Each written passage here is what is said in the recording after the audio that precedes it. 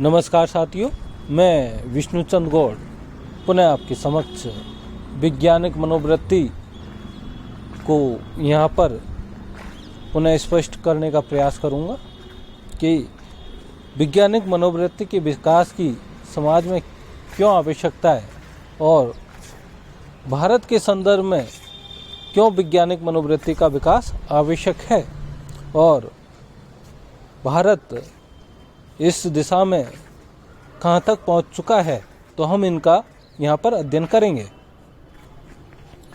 विज्ञान से जुड़े नीति निर्माताओं ने युवाओं को विज्ञान के प्रति आकृष्ट करने और वैज्ञानिक मनोवृत्ति विकसित करने के लिए बहुत छोटी आयु से ही उनमें नवाचार की भावना विकसित किए जाने के महत्व पर बल दिया है।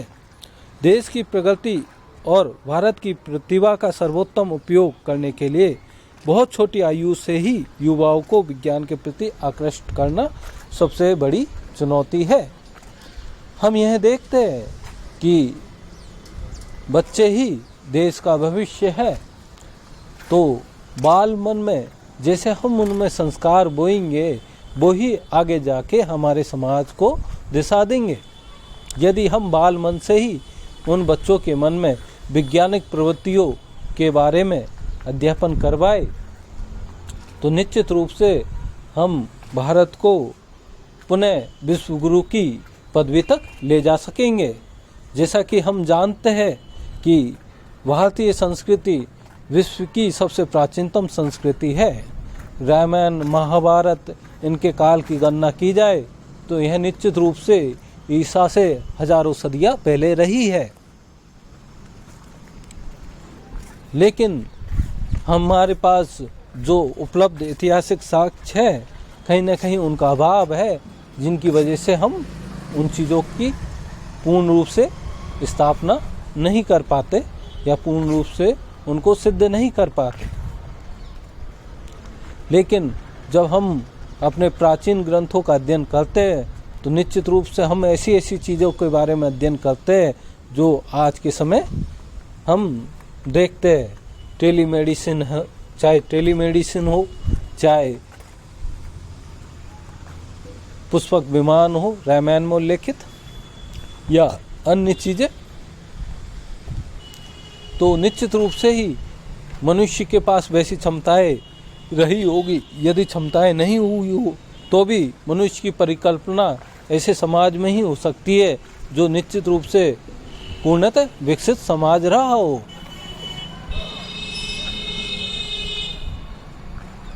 इस प्रकार हम यह देखते हैं कि भारत को यदि पुनः विश्व गुरु बनाना है तो वैज्ञानिक मनोवृत्ति के विकास की अत्यंत आवश्यकता है। देश की प्रगति और विकास के लिए विज्ञान प्रौद्योगिकी और नवाचार के उपयोग पर बल दिया जाता है। हमारे देश में विज्ञान और प्रौद्योगिकी की समृद्ध परंपरा रही है। इस क्षेत्र में हमारी उपलब्धियां अभूतपूर्व है और आज हम जिस मुकाम पर खड़े हैं वहां तक पहुंचाने में इसने बहुत महत्वपूर्ण भूमिका निभाई है।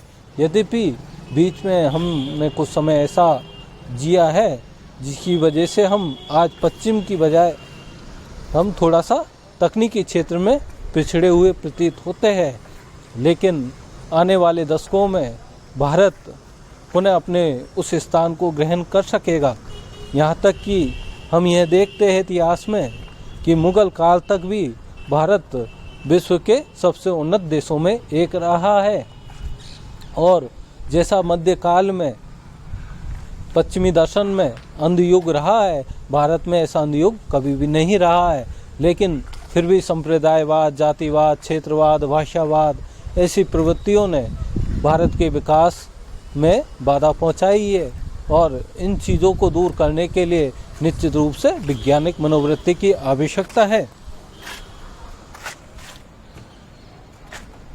इसलिए बड़ी संख्या में लोगों को आकृष्ट करने और गांवों में बसे लोगों को विज्ञान, प्रौद्योगिकी एवं नवाचार में भाग लेने के लिए समान अवसर उपलब्ध कराने के लिए हमें अपनी स्थानीय भाषाओं में विज्ञान और प्रौद्योगिकी का प्रसार किया जाने की आवश्यकता है।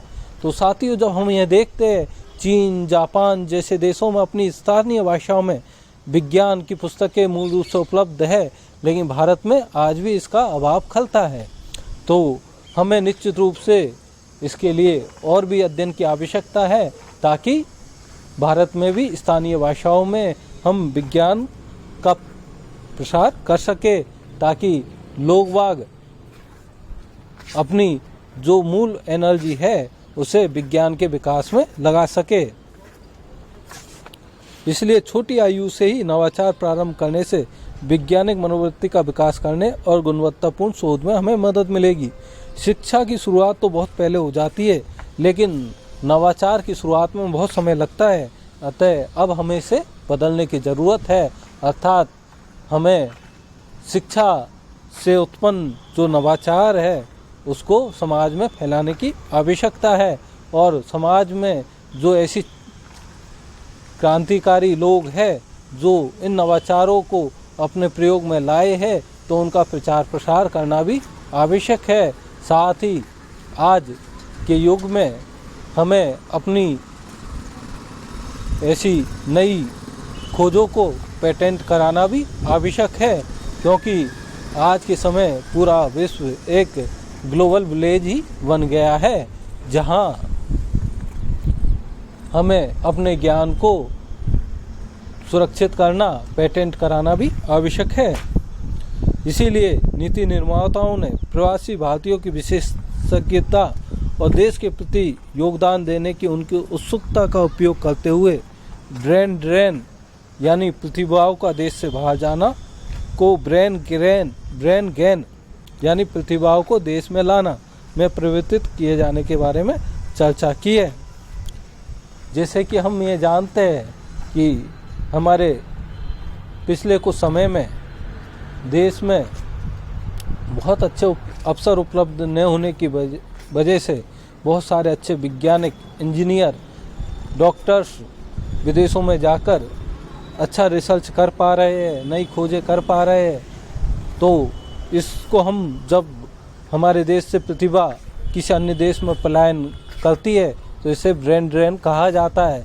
लेकिन अब स्थिति को हमें बदलना आवश्यक है। जो विश्व में हमारी लोग पूरे विश्व में भर गए हैं, उनकी क्षमताओं का हमारे देश के विकास में उपयोग करना जरूरी है। इसलिए अब ब्रेन गेन पर चर्चा हो रही है। गांवों और दूर दराज के इलाकों में रहने वाले लोगों द्वारा किस प्रकार का उपयोग एक सक्षम साधन के रूप में किया जा रहा है। हमारा अंतिम लक्ष्य विज्ञान को लोक केंद्रित, जन केंद्रित बनाना है और उसका उपयोग आर्थिक और मानव विकास के प्रमुख माध्यम के रूप में करना है। हम वैज्ञानिक प्रकाशनों और साथ ही स्टार्टअप्स दोनों ही क्षेत्रों में विश्व में अब तीसरे स्थान पर है। हम विज्ञान में 25,000 PhD तैयार कर रहे हैं और अमेरिका और चीन से ज़्यादा पीछे नहीं है। कॉलेज शोध में भी हम 2013 में 13वें स्थान पर थे, लेकिन आज हम 9वें स्थान पर आ चुके हैं। और निश्चित रूप से हमें और भी ऐसे प्रयास करने होंगे जिससे हम विश्व में सिरमौर स्थान पर या प्रथम स्थान पर पहुंच पाए। तो साथियों, हमने यहाँ पर वैज्ञानिक मनोवृत्ति की वर्तमान संदर्भ में भारत में क्यों आवश्यकता है इसके बारे में अध्ययन किया। तो हम यह जान गए हैं कि वैज्ञानिक मनोवृत्ति का समाज में प्रसार करना आवश्यक है। तो हमें ऐसे सभी भावनाओं या ऐसे जन उत्तेजक नेताओं से भी बचना आवश्यक है जो समाज में भेदभाव, पक्षपात, अंधविश्वास, पूर्वाग्रह की भावनाओं को फैलाते हैं।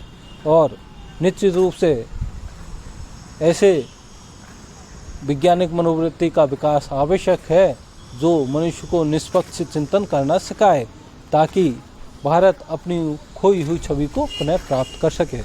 धन्यवाद। अब हम अगले लेक्चर में वैज्ञानिक मनोवृत्ति और आध्यात्मिकता, इन दोनों में जो टकराव है उसके बारे में अध्ययन करेंगे।